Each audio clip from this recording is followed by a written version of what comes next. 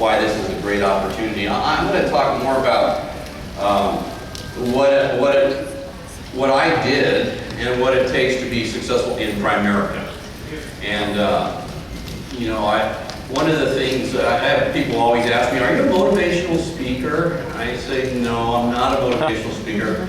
I do not believe in motivation. I don't. I mean, I could probably tell you some stories and get you motivated for a week or something like that. But that's not what's going to help you to be successful long range. Yep. It's the skill sets you've developed and the knowledge you've acquired. Those are the two things that are the most important thing you need to concentrate on if you want to be really successful. Whether it's Primerica, let's say Primerica doesn't turn out, it's not for you. Even if it's not for you, it doesn't matter. It's the same equation.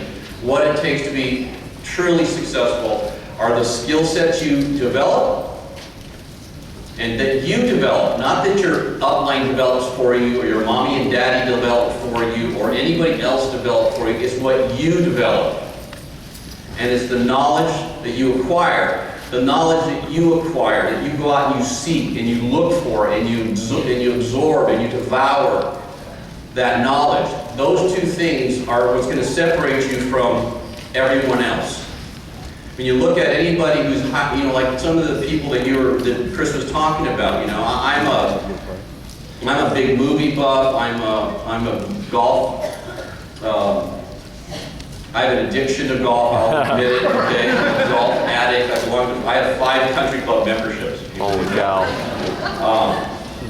I just got my 5th about 3 weeks ago, and they're all great clubs, and I know a lot of really successful people. I mean, a lot of the people that I've become friends with over the years in golf are highly, highly successful people. Many of them are billionaires, and almost all of them are multi-millionaires. And the one thing that I've discovered, spending lots and lots of time with these kinds of people, is they're just like anybody else. They're just like, they have the same issues that everybody else has. What separates them economically from the rest of everybody else is their skill and the knowledge they've acquired in their respective careers or businesses or things that they do. They in order to make a lot of money, anybody want to make a lot of money? Okay. Yeah. Let me just tell you, you will never, ever, ever, ever, ever make a lot of money until you have mad skills and immense knowledge. Ever. Okay, so if you aren't like totally committed to growing your skill in your career, whatever that happens to be, and your knowledge, you have no chance of being extraordinary and special. You just don't. So you can, that's why I don't believe in motivation. I can motivate you now till the cows come home. You can be all excited, that all you become is an excited idiot, and you go do stupid things. Okay? And that doesn't work. It's your ability, like in our business, to overcome objections, what issues people have, to be able to present in a way that's very clear to people so that they want to go ahead and take advantage of the opportunity or the product and service that you're offering them, so they feel compelled to do it because you're so convincing and so clear. Your case that you make for your business opportunity, the case you make for the products and services you offer is so compelling that they say, that makes sense to me, I want to do that. If you don't develop that ability, you can quote, Primerica is so good that you could be kind of mediocre and still make money at this thing. You can still make 100 grand a year, 150 grand a year, and really not do that. But I'm assuming you'd like to make like 500 grand or $1 million a year. I mean, I'm assuming a few of you want to do that. I mean, I certainly wanted to do that. But you're not going to get to that place until your skill level is very high and your knowledge is very, very high. Those two things are non-negotiable. And then there's some other things you have to do too, which I'll talk about, but one of them, just so that you're clear about this talk, and what I'm really going to share with you is some characteristics that you need to develop if you don't have them now. One of them is you have to have really great work ethic. Lazy people don't do well in Primerica. They just don't. And you have to have a lot of self-discipline because a lot of the things that you have to learn and that you have to do are going to be uncomfortable in the beginning. Like calling somebody up on the phone to set an appointment, if you've never done it before, to try to get somebody to see you, and then try to ask them for a check to buy from you, or ask them for a check to join you, that's uncomfortable for virtually everybody. It was uncomfortable for me, no question about it, okay? And you need to get really good at doing that, so you're going to be uncomfortable doing a lot of the things you're going to have to do, right?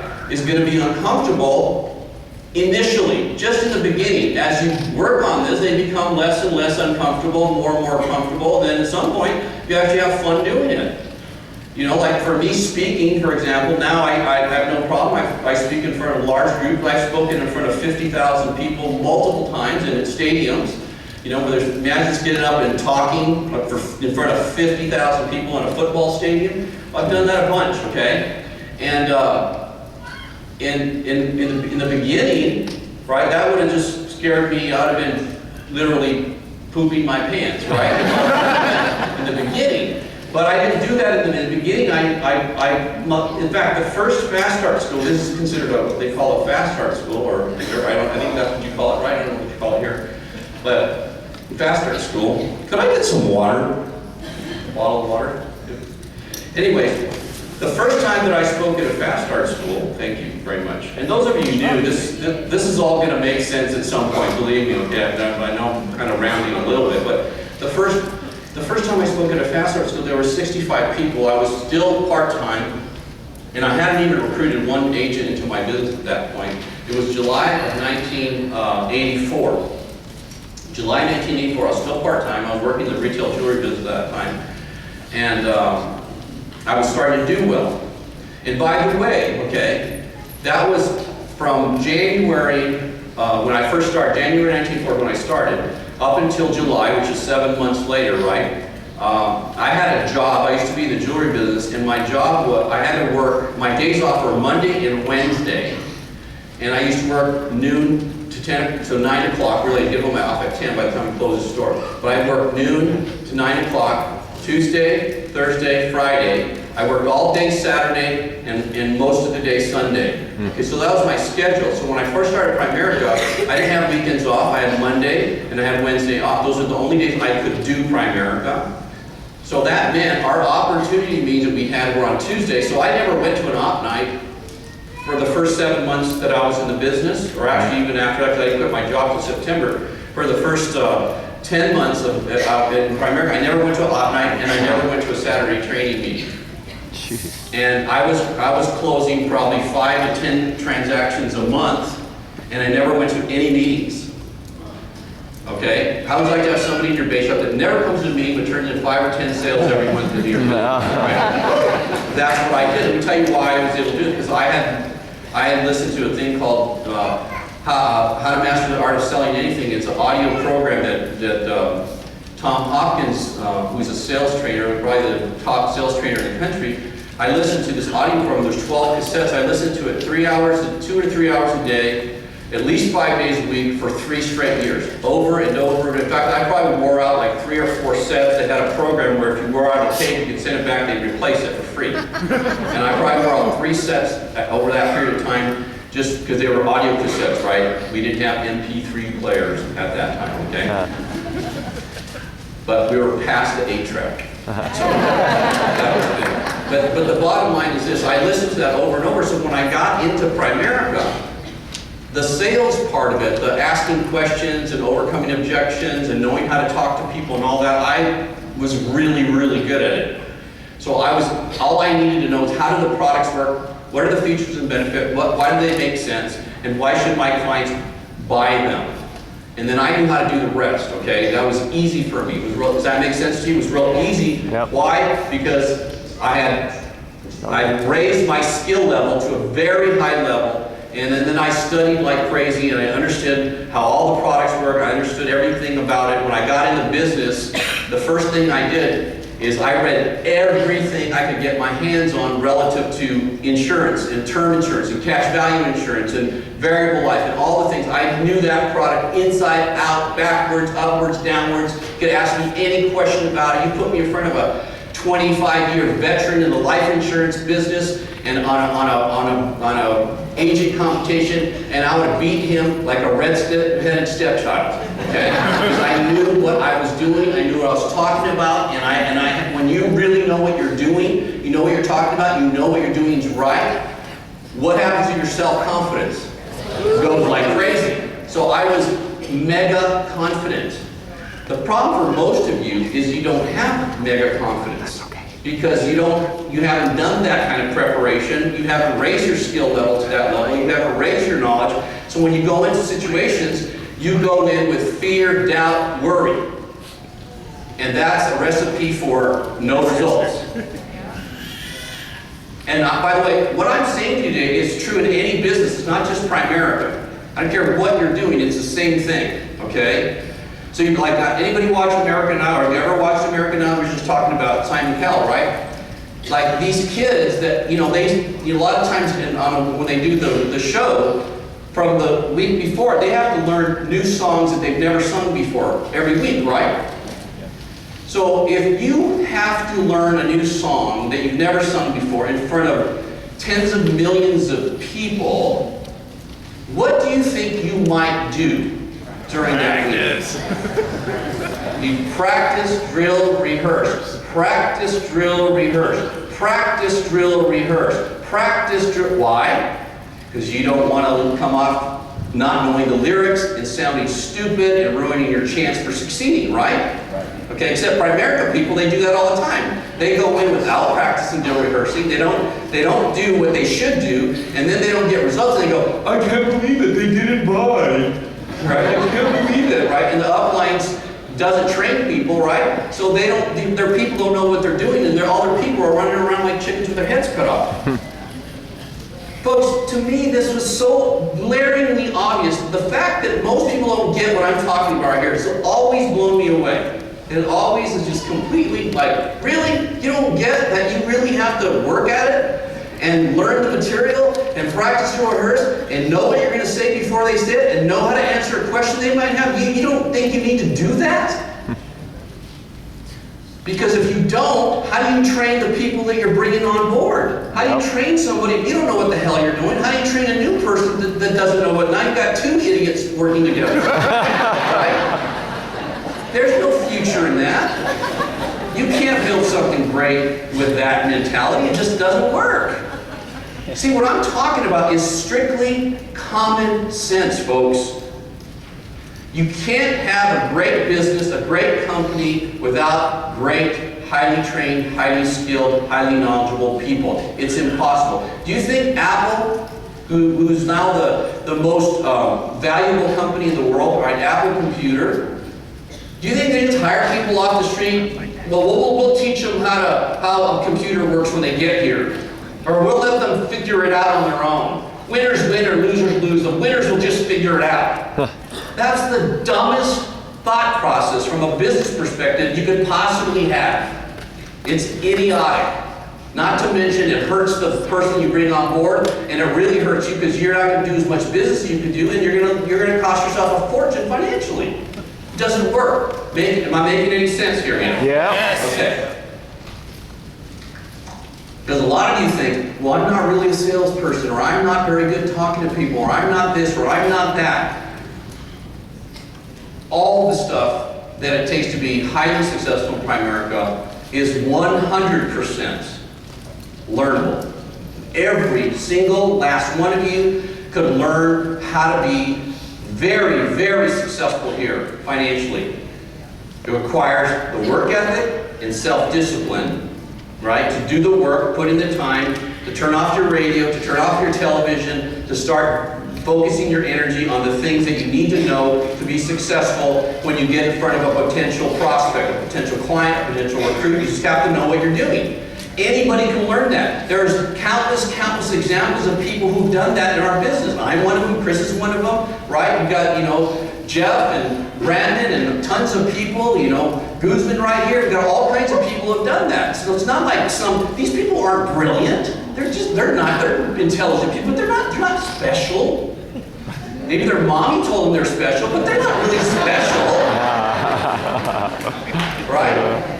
They just have taken it upon themselves to learn the material that they need to learn so that they can do the business, well. That's it. It's not that complicated. Building a big, successful business is really very, very, very simple. Does it require some action on your part, self-discipline? Yes, it does, right? Is it an easy road? Is it like a smooth road, right? No, of course not. It's going to be bumpy on the way because you're learning, right? And hopefully you're learning from the errors you make. The one thing you don't want to do is keep making the same mistakes over and over and over again, right? You want to learn from mistakes. Are fine. I've made millions of mistakes, but I've repeated them over and over again, right? I would look at where I was deficient, where I was weak, and then I would work to rectify that weakness. One of the things I focused on where I was weak when I first started, if you're really honest with me, how many of you have a tendency, like I did, to procrastinate? Anybody? Look at the room. Okay, virtually everybody. The other ones of you are liars, okay? I was a procrastinator. I used to be a procrastinator. I don't like conflict. I don't like conflict. I don't like rejection. How many of you do not like to be rejected? Raise your hand if you do not.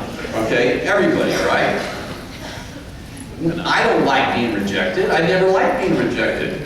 But you know what I figured out?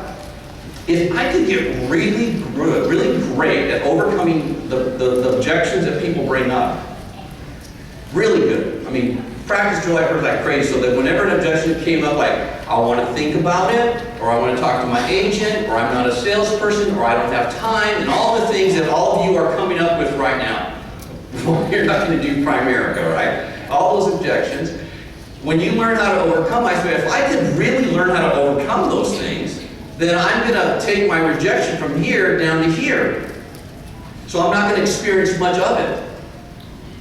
And so if I'm not experiencing a lot of rejection, I'm having more success. It's going to motivate me to talk to more people, to make more appointments, to try to recruit more people. Does that make sense?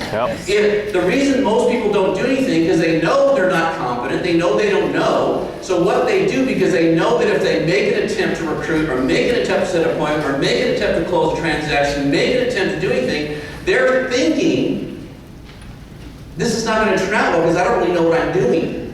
And I don't know the answers.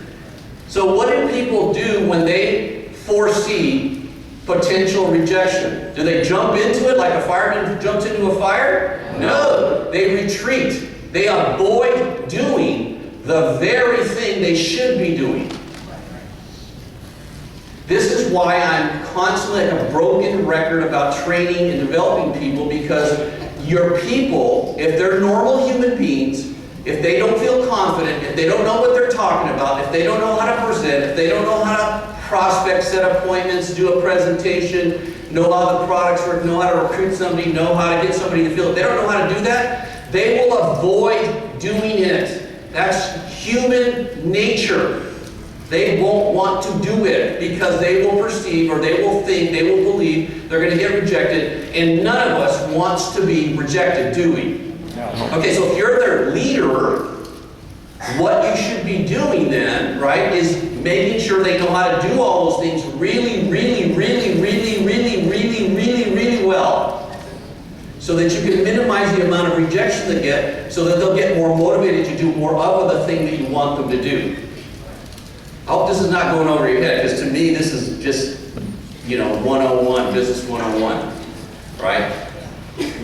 You've got to do that. And those of you that are brand new, you're not even sure you're going to get involved, I'm telling you, if you just learn the 7 fundamentals we'll talk about in a second, you are going to be able to have success at this thing. It's not that difficult. Making money in Primerica, I'm never worried about making money in Primerica. I have not looked at, I've been in Primerica, this is my 30th year. I have not looked at a check that I've received from Primerica in 30 years. I've never looked at a check. Jan, my wife, handles all the financial part of our business. I've never even looked at a check. I don't worry. I've never worried about making money. I never worried about winning a contest. I never worried about getting a promotion. I never worried about any of that. You might think, oh, come on, Hector, yes, you can. I did never, because I understood the connection between being great at what you do and teaching your people to be great at what you do. That would create all the things that I just said. Winning, making money, if your people are really good and you're really good, making money is a snap in Primerica. If your people are really good and you're really good, getting a promotion is a snap. If you're really good and your people are good, getting a promotion, winning a contest is a snap. It just happens. It's automatic. You don't need to think about it. You don't need to motivate people. You don't need to do that. The bottom line is this: if you all are not motivated to improve your family's life or your own life or the people you love life, right? There's not a darn thing I could do to motivate you to do that. You are hopeless. You are not worth spending any time with. Why would I want to invest in you who doesn't even care about you or your family? What would I do that for? That's like pouring water into a bucket with holes in it. Why would I do that? So what you do is you look for people that want to change your life. And I'm sure you wouldn't be here on a Saturday because there's a lot of Saturday morning, there's a lot of things you could be doing that you might perceive as more fun, all right? Like whatever that is for you, than being in a meeting, hearing a guy who's just talking to you about these concepts, right? But the fact is, you are motivated to what level, I'm not sure, but you have to be somewhat motivated to be here, or you would not be here. And that's the way I always looked at when I was in a meeting. My thinking was, these people don't need to be motivated. They wouldn't be here if they weren't motivated. So what I'm going to do, instead of trying to motivate them more, I'm going to teach them something so that if they take what I'm teaching them, they can go out and grow their business and make money and be more successful. Doesn't that make more sense to all of you? Yeah. That always made sense to me. So why people spend all this time trying to motivate people has always been a complete mystery to me. And by the way, what I'm talking about is not the normal talk you would ever hear in Primerica, No. by the way. Okay? What I'm saying, you don't hear it in Primerica because people obviously don't believe it. Folks, let me just share with you my first 5 years in Primerica with this philosophy that I'm sharing with you right now, okay? My first 5 years in the business was 1984, 85, 86, 87, and 88. So during that time, 1984 to 86, I averaged about 30, 32 personal recruits a month for that time period, okay? My base shop recruits went from 32 in 84, 64 in 85, 99 in 86, 237 in 87, and 386 recruits I had in 1988. 1988 was my biggest recruiting year I ever had in my entire career in Primerica. 386 recruits, which works to about 32, 33 recruits on average per month. And if you're in Primerica, you go, well, that's not very many. But you know what I did in terms of recruits? Went from 32 recruits in 84, 64 in 85, 108 in 86. So that's 3 years. It's not that much. Averaged about, well, almost not quite 50 recruits a month, a little more than that. Right? I mean, for a year rather, not a month. 468 recruits in 1987 and 1,375 recruits in my hierarchy in 1988. Okay, but let me just tell you what that translated to. My base shop number of sales or transactions we did in 1984 was 79 for the year. 85, 230, 86, 357.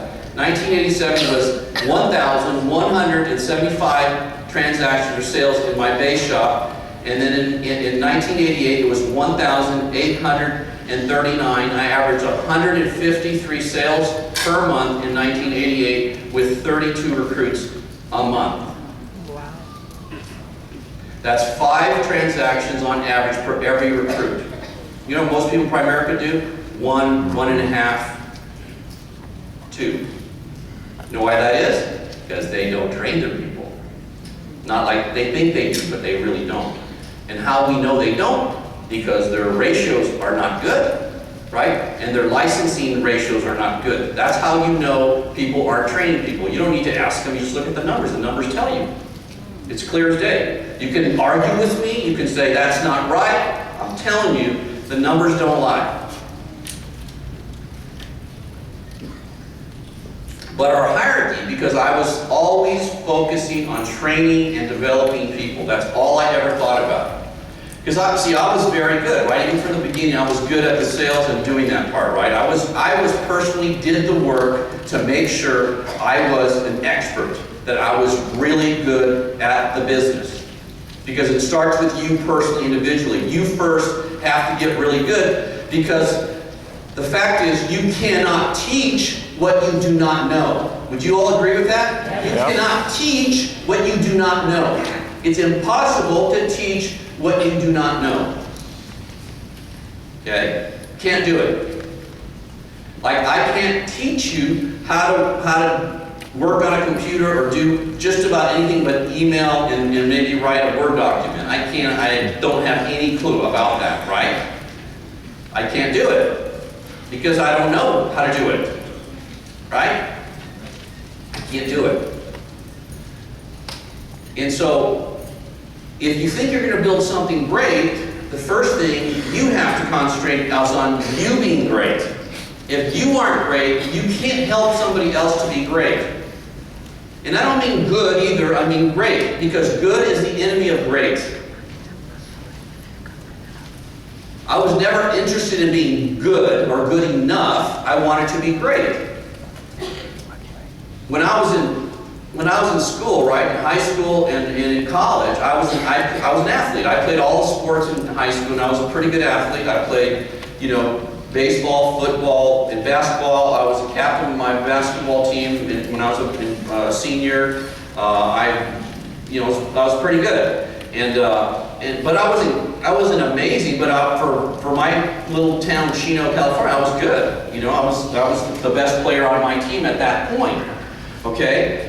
And then I went to college, and I played college basketball, and I played tennis. Right now it's good. I played point guard, and I played on my college tennis team when I was a junior and a senior. I played #1 on my college tennis team, so I was a good tennis player. Not good enough to be a professional, but good, right? So I wouldn't say I was great, but I was good. I got good grades. I was a B+, probably 3.5, 3.6, 3.7 GPA. I was a good student, but I wasn't a 4.6, right? Like some of these, like my kids were, right? I was a good student, but I wasn't a great student. And then I got into Primerica, and I made a decision. I didn't want to be good anymore. I wanted to be great. I was not interested in being good at the business. I wanted to be great at the business. And if you're going to be great at something, you have to have a never-ending focus on developing yourself. It cannot be like, oh, I read a few books last year and that's good enough. No, it's not. Folks, I've read over like 1,500 books on personal development over the last 30 years. That focus is not about being good. That's about being great. Most people don't read like 15 books after they graduate from high school, let alone 1,500. I probably spent $200,000 plus on seminars and tapes and all that kind of stuff over the last 30 years.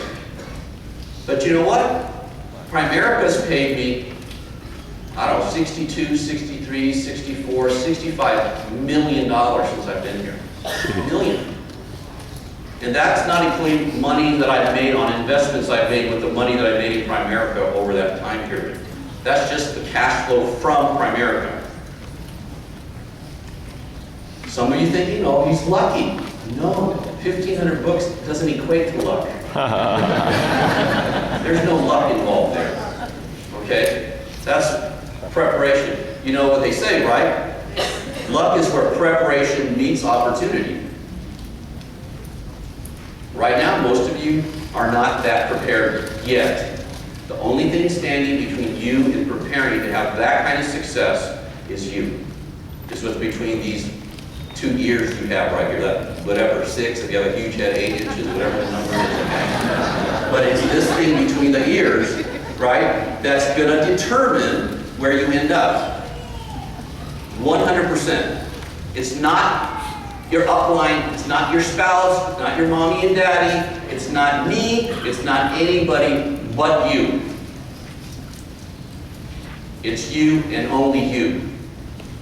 And until you make that decision that you're going to take complete total responsibility for your situation, you don't have any really chance of doing anything great. As long as you look outside yourself, as long as you remain a victim, right? Whatever that victimhood is very prevalent in this country today, unfortunately, right? Everybody's looking for something, right? If it wasn't for this or that, I want the government to take care of me. Well, all this ridiculousness, right? The reality is, you have all the power. If you're going to be a victim, you give up any power you have to whoever, some outside source. You cannot do that and be successful. You can't keep blaming something outside of you for your circumstance. Your circumstance is 100% related to you, the way you think, the way you act, the way you behave. Period. End of story. You're exactly where you're supposed to be based on that right now.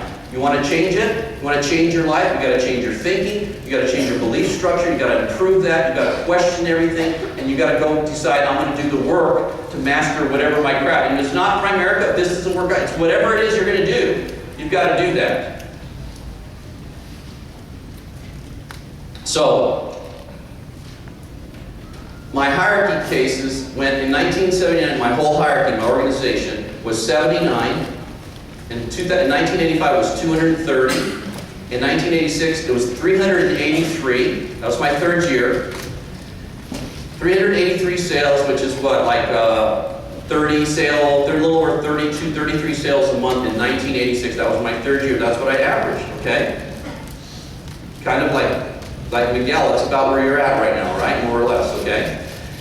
The next year, in 2008, 1987, it went from 383, Miguel, to 2,209. That's like a, what, 500–600% increase. So those of you who are going, well, I'd like to grow 10% or 20%. Why? Why would you think that small? Why would you not think about getting so good that the numbers explode and getting your people so good that the numbers explode? If I could go from 383 to 2,200, you could do that. Why couldn't you do that? Why? What stops you from doing that? Your belief that you can do it. Your willingness to develop people, right? That's only stopping you, nothing else stopping you. I'm not special. Like I said, these guys are, I'm not special either. I grew up in Chino, California, right? It's famous for its prison. That's what Chino's famous for, right? Not far from the prison. I was the fifth of 7 kids. My mom didn't work outside the home. She had plenty to do in the home with 7 kids, as you can imagine. I grew up in a 1,000-square-foot home. My father was a laborer, right? He worked 2 jobs my entire childhood, right? We ate. We were low income, okay? My parents never went on any government assistance. My parents bought their home and paid their home off, right? Set a great example, especially from a work ethic standpoint. My parents both worked hard. My dad worked like a mule, if you will, for a long time, right? There was nobody in my family. I'm a Mexican Catholic. You know how big Mexican Catholic families are? There's no birth control. I come from a huge family. Nobody in my family, nobody in my extended family, right, cousins and uncles and all that, ever went to college. There was not one successful person or example in my life when I was growing up, not one. Everybody worked in factories, they worked construction, they worked like that. Nobody went to college, nobody had like good jobs, nobody was a professional, nobody owned a business. Everybody was a working stiff in my family. So I didn't have any example to look at, right? Or think I could do something like I've been able to do. I never had that, right? I graduated from high school. When you graduate from high school in my family, it's like you won the Nobel Peace Prize. It was like gigantic, right? They'd have this huge fiesta, and they'd roast a pig in the ground, and I mean, it would be unbelievable, right? And then I went to college. I'm the very first person in my family that ever went to college. Nobody had ever gone to college. When I graduated, I have a BA in psychology and a minor in Spanish, which was easy because I spoke Spanish. But that's how I grew up. So I didn't have. So you can use all the excuses you want about why it's difficult for you, and you don't understand my situation. I'm a woman. I'm a this. I'm a that. Oh crap! Just another excuse you're making. If you grew your skill sets and your knowledge base and you actually worked, you could be really, really successful. There's nothing stopping you but you. Nothing. I don't care if you're 60 years old right now or 70 years old. There's nothing stopping you either. Or you're 19 and you're too young. People say, I'm really young, what should I do? Get good. Well, I know, but I'm really young and I look young. What should I do? Get really, really good. Because when you're really, really good, people don't care how young you are. If you really know what you're talking about, people don't care that you're young. If you really, really have your skill sets down and you know what you're talking about, people don't care that you're young or you're old or whatever. They don't care. So, 383, 2,200. In 1988, we did 6,018 sales in my hierarchy, and all of it was based in first.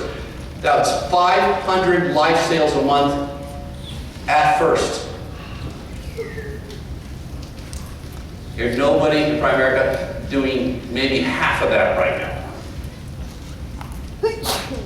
How did that happen? Because all I focused on was training and developing people. That's all I ever focused on. I never tried to motivate people. All I did was teach, train, role play, and more role play.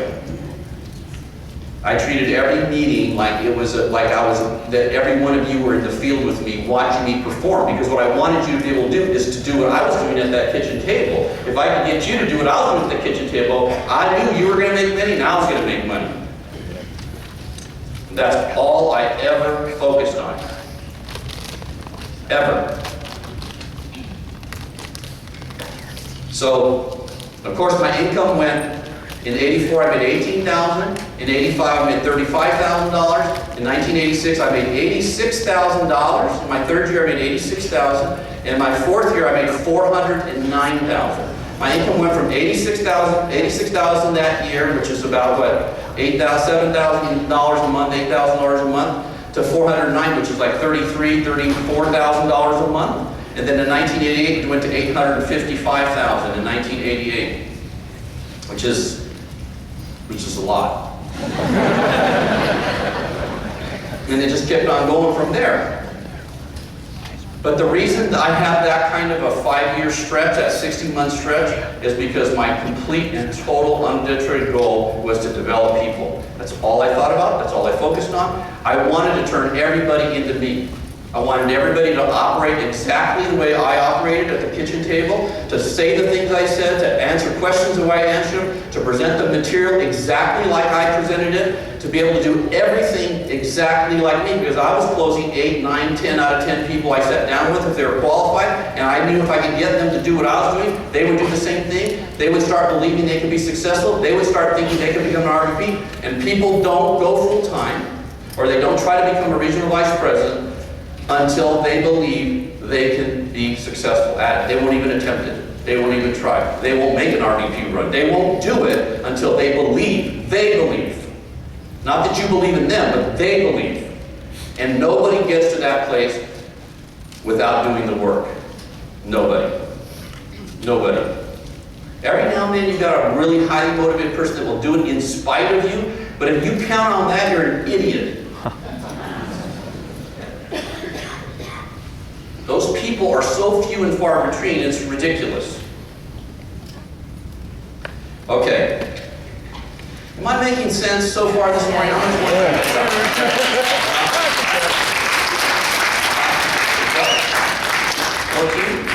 14? Well, I got 40 minutes. Oh, right, great. Right. I hope you're not bored so far, right? Hey, you know, I talk about this a lot because I know this is the key. This has been the key for my life, is that the way that we think dictates every single thing in our life. The way that you think has created the current life you have. Whatever that is, if it's really, really good, then you probably have good thinking. If things are not as good as you like, your thinking could improve. If things are bad in your life right now, your thinking sucks. Okay? I mean, that's the bottom line. So thinking is everything. The way you think, right, is the key to everything in your life. And one of the things that human beings have that's unique to human beings and to no other animal is that we, as humans, are able to think about what we're thinking about. You know you can do that right now. You're thinking whatever you're thinking about, what I'm talking about so far. Right now, take a second and think about what you're thinking about. Analyze what you're thinking about, what I'm saying. Whether you like it, don't like it, disagree with it, love it, hate it, whatever. It doesn't really matter to me one way or the other, right? Because the truth is the truth. You don't like the truth. You want the truth to be different than what it is. Well, go ahead and keep doing that. It doesn't matter. It doesn't change the fact of how things work, right? Because a lot of people have this idea that, oh, that's bad, or that's good, or he's bad, or she's bad, or what, right? It's not about bad and good. It's about what works and what doesn't work. Some things work, some things don't work. Would you agree with that? Yeah. Like, if I meet you, and I'm rude to you when I meet you, and I want you to be my friend, does that work? No. So being rude doesn't work.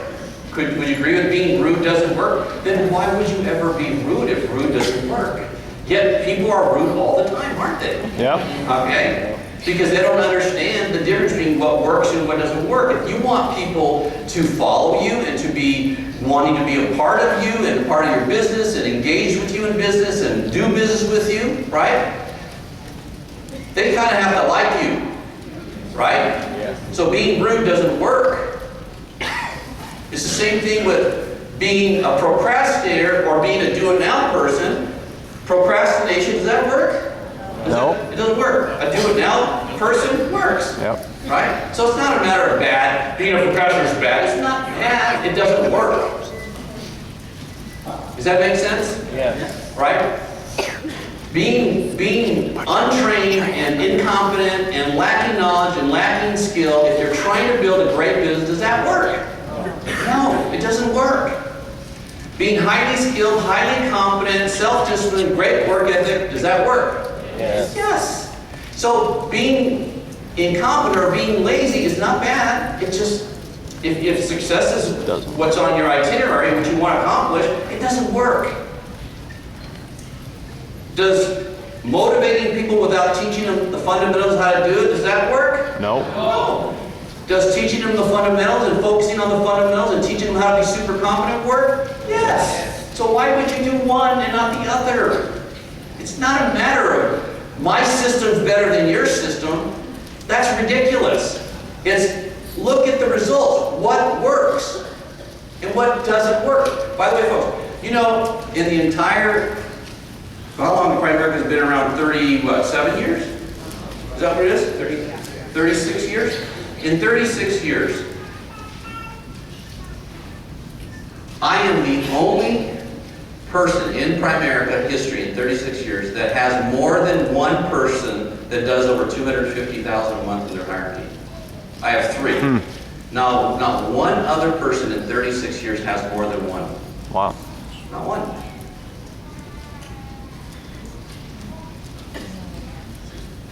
Something works, something doesn't work. Tell me, okay? Because the key to this business, folks, is you developing people, developing leadership, developing great people that know what they're doing. That's what you should be focused on 24/7. You should be asking the question, how can I help my people be more competent, more proficient, more able, more skilled at the kitchen table? Because the reason I talk about the kitchen table is that's where really everything happens. That's where you close transactions. That's where you should be recruiting most people. That's where everything happens, is that kitchen table. In our business, the kitchen table is our playing field. If you're, right now the Masters is going on. Right now the playing field for golf and the Masters competition that's going on right now is Augusta National. That's the field, right? For us, our field is the kitchen table. That's where you have to have your players be spot on, totally ready, totally competent, because that's where it all happens. And if they're constantly getting beat, which means they're not closing transactions, they're not recruiting people because their skill level's too low, their knowledge base is too low, right? They're constantly getting hammered at that kitchen table. Pretty soon they're going to go, you know what, this game's not for me. But if they get really, really good and they start, maybe not close every one, but the closing ratios start going up, they start closing a higher percent, maybe it goes from 50 to 60 to 70 to 80%, they're going to start thinking, their belief's going to be, I'm pretty good at this thing. I think I could maybe do this for a living. I think I could be an RVP. And as soon as they have that thought happening in their mind, they're going to start working towards that. If they have the opposite thought, they'll never in a million years work toward it. It's why most RVPs never produce an RVP. Or if they do, they're not very good. Because they never focused on them being very good. That's not been the priority. It's winning a contest, it's making money, it's doing something else. So, the personal development, folks, is everything in your life, whether you do Primerica or not. If you're smart, if you learn anything from what I'm talking about today, you're going to develop a personal development program where you're going to work on whatever things you need. You know what your strengths are, you know what your weaknesses are, whatever they are. For me, I told you I'm a procrastinator, so what I did is I took a Franklin planning course, right, where you can learn how to manage your time. I took it was a 2 or 3 day course on how to manage my time, because I would push things off and all that, and I learned how to manage my time. And then I turned what used to be a weakness into a strength. I turned from a procrastinator to a do-it-now kind of person, where I would, if I needed to do something, I did it right now. I didn't wait. I didn't worry. I didn't think about, oh, I don't really feel like doing it right now. I'm nervous to do it. I just did it. I got in the habit of just doing it now. I actually had a thing carved out, you know, where you can carve out of wood, like a word or words, and I had this do it now, and it was on my desk. I had do it now on my visor. I had do it now in my presentation. I got do it now, do it now, do it now, because most people don't do it now, right? Have you ever thought you're going somewhere and you go, oh, I need to get that thing before I leave, right?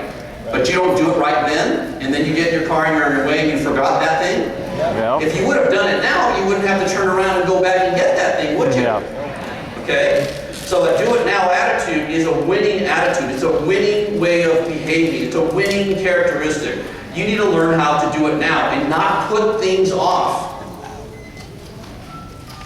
The more you put things off, the worse things get. How many of you would like your kids, when you tell them to do something, they just did it now? Where do you think they're learning the not do it now stuff? Yeah. I don't like this guy. So you got to develop that. You got to develop your sales skills. I don't have time. There's a audio that I did. It's called How to Overcoming Objections. It's called Hector's Overcoming Objections. You can get that at HectorLaMarque.com, and that will teach you the basic. They're all the same objections. And more importantly, why you should listen. I think you should listen to that audio program maybe at least 100, maybe 200 times if you're really, really serious about becoming like a master. And I don't want you to be me. I want you to learn the technique of how to ask questions and how to get people to move through the art of asking questions. If you really listen to that audio program, you're going to hear me. Just pay attention to all the questions I ask. Because questions are the answer, aren't they? Right. Yes, okay. So questions, questions, questions. It's not talking at people, right? You want to become a tremendous conversationalist? Just learn the art of asking questions. Find out all about people. I play a lot of golf. I'm meeting new people. I've met a bunch of new people since I joined this new club in Scottsdale called Whisper Rock. And I'm meeting all these different people, and when I play golf with these new people, I'm asking questions nonstop.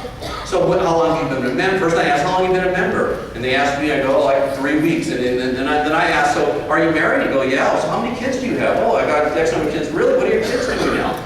Oh, great. Where do you live when you're not here in Scottsdale? And then they tell me, and then I said, what is it that you do for a living? You're still working? What do you do for a living? And they tell me what you do. I said, wow, that's interesting. How did you get started in that? What do you like about it? What would you change or alter about it? Right? If you had to do it all over again, would you enter that business again? I mean, I started asking all kinds of questions.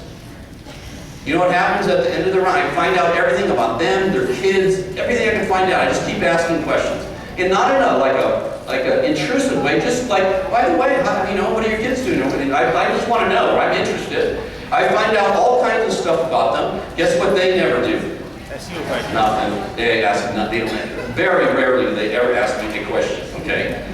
Right? Because people aren't accustomed to doing that. I find that everything, at the end of every round, they always give me all their information. Hey, here's my email, here's my phone. Anytime you want to play, give me a call. I'm ready to play, just call me. So now I've got all these friends, right? The art of making friends is the art of being interested in those other people and asking questions. If you're trying to recruit somebody, for example, if I'm trying to recruit, Brandon Neal, right? I meet Brandon, maybe I meet Brandon, but I don't meet Lexi, right? I only meet Brandon. We're doing whatever it is that we like to do, okay? So I meet Brandon, I say, hey Brandon, do you live in the area? Yeah, where do you live? Oh, Sandy, did you buy there because of the schools, or why did you buy there? Yeah. Are the schools good? Do your kids like the schools they're in right now? Yeah, oh, awesome. And your wife, what is she working now too? Does she work as well? Yeah. What does she do? Yeah. Oh, fantastic. That's awesome. You work together. How do you like that?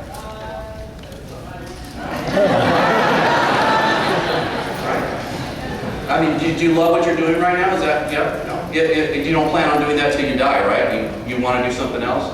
If you could do something else, what would you do? Oh, make more money. So you're really interested in making more. So if you could find an opportunity where you could make a lot more money, you'd be open to exploring that, wouldn't you? Oh, great. So what did I find out? He has kids, where he lives, they go to school, he's married, she works with him, he's not happy, he wants to make more money. Should I recruit him? Yeah. That's how simple it is. Everything I need to know, is he qualified? Yep. Totally qualified. So now this is a guy, then I'd say, listen, you know what? We really need to sit down. I got something I think, I don't know if you'd be interested or not, but I know that, you need to explore it and see if it makes sense. We could go for it. If not, no worries. What's a good time that I could meet with you and your wife, Lexi? After work, like 6, or would 8 be better? 8 would be better? Okay, so I've got Monday or Wednesday open this week. Which one of those days works better for you guys? Monday? Monday's great. Okay, great. So all I need is your info. Now, all I need is address, his phone number, I'm going to get his email.